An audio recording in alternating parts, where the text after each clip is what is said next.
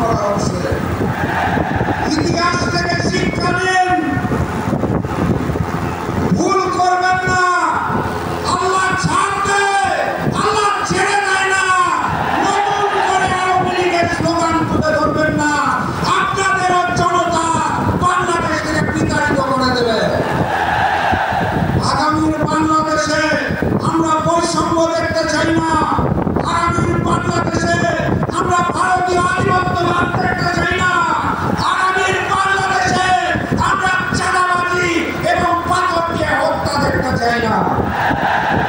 সংগ্রাম সাথী এবং বন্ধুগণ, বাংলাদেশ জামাত ইসলামী থেকে যে 7টি দাবি দেওয়া হয়েছে, ক্রিয়া পদ্ধতিতে নির্বাচন সহ প্রবাসীদের ভোট, সকল দাবির প্রতি জাতীয় গণতান্ত্রিক পার্টি জাপার পক্ষ থেকে সমর্থন ব্যক্ত করছি।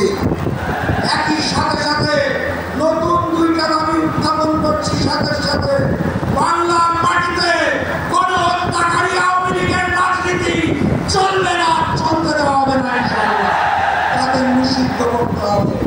সর্বশেষ দাবি, ওই যে ভারত থেকে পুষি হচ্ছে, সীমান্তে হত্যা হচ্ছে, আমার দেশের ভোটের ফলাফল দিতে ওখান থেকে নির্ধারণ হতো। একত্রিত হতে হবে, সকল মজলুম এক হবে।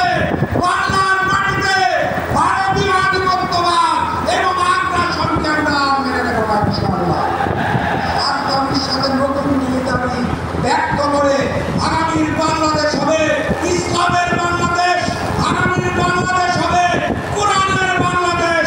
এই আশাবাদ ব্যক্ত করে আজকের মতো বিদায় নিচ্ছি। নারায়ণ তাকবীর, নারায়ণ তাকবীর, নারায়ণ তাকবীর। আবারও দেখা হবে, আবারও কথা হবে ইনশাআল্লাহ। বিজয়ের পথে যাত্রা শুধু জীবন অথবা মৃত্যু। আসসালামু আলাইকুম।